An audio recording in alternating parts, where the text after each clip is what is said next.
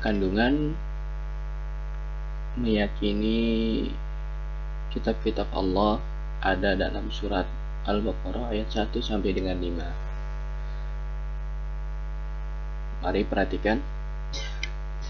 Bismillahirrahmanirrahim. Alif Lam Mim. Dzalikal kitabu la raiba fihi hudan lil muttaqin alladzina yu'minuna bil ghaibi wa yuqimuna as-salah wa mimma razaqnahum yunfiqun walladzina yu'minuna bima unzila ilayka wa ma unzila min qablik wa bil akhirati hum yuqinun ulaika ala hudan min rabbihim wa ulaika humul muflihun.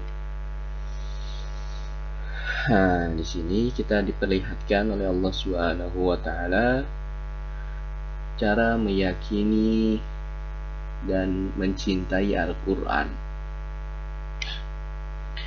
Alif Lam Mim di sini penafsirannya hanya Allah yang tahu. Dzalikal kitabu la raiba fi. Dzalika ini balik ke Al-Qur'an. Al-kitab yakni kitab la raiba fi, di dalamnya tidak ada keraguan. Hudan lil muttaqin, yakni petunjuk bagi orang-orang yang bertakwa. Siapa orang-orang yang bertakwa? Alladzina yu'minuna bil ghaibi wa yuqimunas shalah. Orang-orang yang beriman kepada hal-hal yang gaib, contohnya adalah surga, neraka, Allah Subhanahu wa taala, malaikat dan hari kiamat. Wa yuqimunas shalah, serta mendirikan zakat serta mendirikan sholat. Wa mimma razaqnahum yunfiqun, dan menginfakkan sebagian harta-harta mereka. Walladzina yu'minuna bima unzila ilaika wa ma unzila min qablik. Walladzina yu'minu, dan orang-orang yang beriman bima unzila ilaika, dengan apa yang diturunkan kepada mereka, wa ma unzila min qablik, dan percaya, meyakini, mengimani apa yang diturunkan kitab-kitab sebelum Al-Qur'an. Wa bil akhirati hum yuqinun, dan mempercayai tentang hari kiamat. Ulaika ala hudan mir rabbihim, dan mereka itulah yang diberi petunjuk oleh Allah Subhanahu wa taala. Wa ulaika humul muflihun, dan mereka adalah orang-orang yang beriman. Jadi ini adalah landasan dalil daripada kita meyakini atau beriman kepada kitab-kitab Allah. Selanjutnya, kedudukan kitab-kitab Allah. Kedudukan kitab-kitab Allah sebagai pedoman hidup bagi manusia, hubungan manusia dengan Allah Subhanahu wa taala. Jadi dalam hidup kita ada dua, hablum minan nas dan hablum minallah. Lalu sebagai pedoman hidup manusia dalam hubungan terhadap diri sendirinya sendiri. Lalu sebagai pedoman hidup hubungan manusia dengan manusia. Tadi hablum minallah, sekarang hablum minan nas.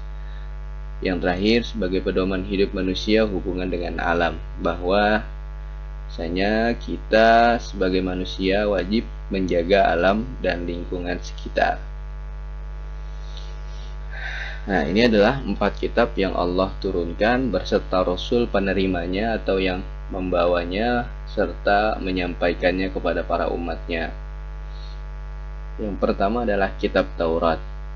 Kitab Taurat ini diturunkan kepada Nabi Musa alaihi salam untuk kaum Yahudi atau Bani Israel pada abad 12 sebelum Masehi. Taurat artinya peraturan, diambil dari bahasa Ibrani. Adapun isi daripada ajaran kitab Taurat ada 10 perjanjian. Yang pertama adalah mengakui keesaan Allah.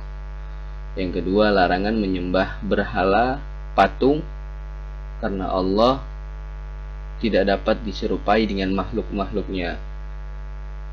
3. Larangan menyebut Allah dengan sia-sia.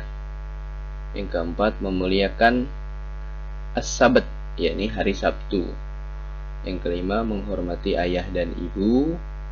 Yang keenam, larangan membunuh sesama manusia, larangan berbuat zina, larangan mencuri, larangan menjadi saksi palsu atau saksi yang berdusta. Yang terakhir adalah larangan memiliki keinginan untuk menguasai hak orang lain. Kitab yang kedua adalah Kitab Zabur. Kitab Zabur diturunkan kepada Nabi yang juga berprofesi sebagai seorang raja, yakni Nabi Daud alaihi salam di Israel pada abad ke-10 sebelum Masehi, dengan bahasa Kipti. Isinya berupa doa munajat kepada Tuhan yang disebut mazmur, yakni nyanyian rohani yang dianggap suci. Isinya juga terdapat zikir, nasihat, hikmah yang diperuntukkan hanya kepada Bani Israel saja. Selain itu berisi juga penyempurnaan dan pembetulan atau penambahan kitab Taurat yang diselewengkan atau dipalsukan isinya dalam masalah-masalah hukum dan lain-lain Nabi Daud alaihi salam. Yang ketiga adalah Kitab Injil. Kitab Injil ini diturunkan kepada Nabi Isa alaihi salam untuk orang-orang Nasrani. Injil dalam bahasa Yunani artinya kabar gembira. Kabar gembira ini, kitab ini diturunkan kepada Nabi Isa, putra Maryam, yang diperuntukkan hanya kaum Bani Israel atau Yahudi dengan bahasa Suryani. Isinya membenarkan kitab sebelumnya, yaitu kitab Taurat, dan kabar gembira tersebut adalah akan datangnya Nabi akhir zaman, yakni Nabi Muhammad SAW. Yang terakhir, sebagai penyempurna kitab-kitab sebelumnya adalah kitab Al-Quran, diturunkan kepada Nabi Muhammad SAW pada abad 6 Masehi di kota Mekah, yang diperuntukkan untuk seluruh umat manusia. Jika kita perhatikan, bedanya Al-Quran dengan ketiga kitab tadi adalah kitab Taurat, Zabur, dan Injil hanya diperuntukkan untuk kaum Bani Israel saja. Tetapi dengan Al-Quran diperuntukkan untuk seluruh umat manusia, yang merupakan kitab terakhir dan satu-satunya pedoman hidup bagi umat manusia. Al-Quran diturunkan dalam berbahasa Arab. Isinya sebagai penyempurna kitab sebelumnya yang berupa akidah, syariat, sejarah, muamalah, dan ibadah. Karena kesempurnaan itulah, maka tidak ada kitab Allah setelah Al-Quran. Kitab Al-Quran ini diturunkan kepada Nabi Muhammad untuk seluruh umat manusia, di mana saja, kapan saja, hingga datangnya hari kiamat. Fungsi mengimani kitab-kitab Allah. Yang pertama, pastinya sebagai pedoman hidup, karena pedoman ini kita bisa analogikan sebagai buku petunjuk penggunaan, yang mana jika kita membeli barang elektronik, apalagi smartphone, pasti kita menemukan di dalam kotak smartphone kita ada namanya petunjuk penggunaan. Sama dengan manusia dengan Al-Quran. Al-Quran menjadi petunjuk penggunaan bagaimana selayaknya manusia berbuat, yang dijadikan sebagai pedoman hidup.